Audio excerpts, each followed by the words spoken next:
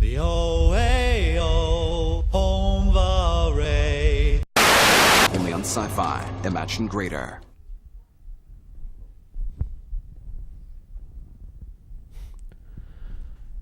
Imagine greater.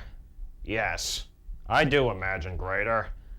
I imagine a channel that could be much greater than what it is now. In fact, once upon a time, there was such a channel that showcased only the very best in science fiction, horror, fantasy, and so much more. A channel which truly got you to imagine greater. That channel was known as the Sci-Fi Channel. But one day, it all changed. Where there was once a channel that fostered imagination, there now exists a pale mockery of what it once was. A channel which now showcases reality programs, Monster of the Week schlock films, and perhaps the most confusing of all, wrestling matches. So what happened? Where did the imagination go? And most importantly, can it be brought back? To answer these questions, we must go back to the beginning to find out if the truth is still out there.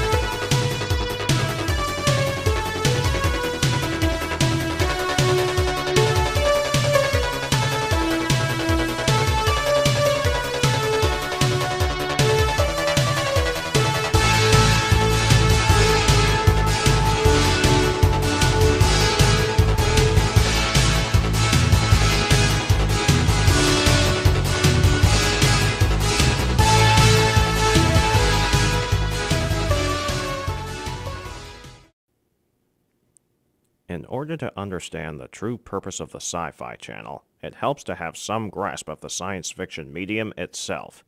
So join me now on a trip to another dimension, one not merely of sound and sight, but of the mind. Science fiction is one of the most recognized and most popular genres in fiction. But when we say science fiction, do we really know what it is? Pinning an exact definition on this term is difficult, especially since perspectives on the genre have changed over the years. Science fiction encompasses a wide range of subgenres and themes. Crossing over between other genres such as horror and fantasy is not uncommon. The Oxford English Dictionary defines science fiction as imaginative fiction based on postulated scientific discoveries or spectacular environmental changes, frequently set in the future or on other planets, and involving space or time travel. British scholar Edward Frederick James has suggested that science fiction is what is marketed as science fiction, but concedes that, as a definition, it is a beginning, nothing more. Sci-fi author Damon Francis Knight has stated that science fiction is what we point to when we say it, while fellow author Norman Richard Spinrad argues that science fiction is anything published as science fiction. It is difficult to determine the exact origins of the science fiction genre. Many have pointed to the Mesopotamian epic of Gilgamesh, the first known work of recorded literature, as one of the earliest precursors to science fiction, due to its treatment of human reason and the quest for immortality. Others believe that the genre's origins took place much later in the 19th century, with works such as Mary Shelley's Frankenstein, H.G. Wells's The Time Machine, and Jules Verne's Journey to the Center of the Earth. All stories where science and technology are utilized in fantastic situations. Science fiction as we understand it today picked up in the early 20th century.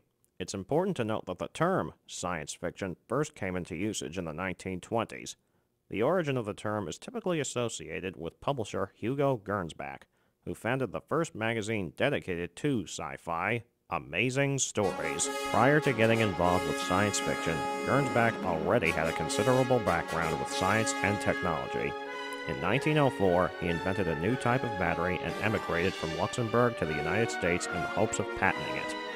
4 years later, he published the first magazine about electricity and radio entitled Modern Electrics. While initially intended to provide mail-order information for radio parts and promote the amateur radio hobby, Gernsback also made the publication a vehicle for technology-based fiction stories.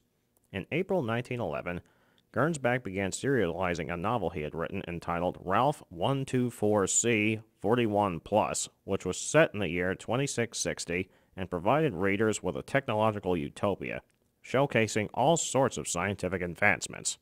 Over the next 15 years, Gernsback continued to publish stories about the frontiers of science and technology in subsequent periodicals such as Electrical Experimenter, Science and Invention, and Radio News.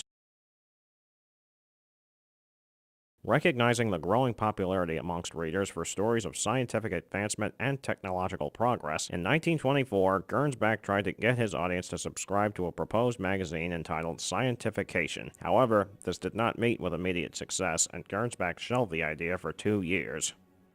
In the spring of 1926, he revived the idea of a scientific fiction magazine with the first issue of Amazing Stories, which boasted extravagant fiction today, cold fact tomorrow. The publication began featuring reprints of stories by Jules Verne, H.G. Wells, Edgar Allan Poe, and others, but soon began to feature original stories with characters like Buck Rogers and Flash Gordon. This, in turn, helped to inspire a generation of writers and creators, shaping modern science fiction for years to come. The best way to describe science fiction would be this: it is a genre that deals with possibilities. That is to say, it provides its audience with tales of things that may seem impossible now, but may become possible in the future. Conversely, science fiction is a genre that also deals with consequences, how the application or misapplication of science and technology can backfire on us, usually on a massive scale.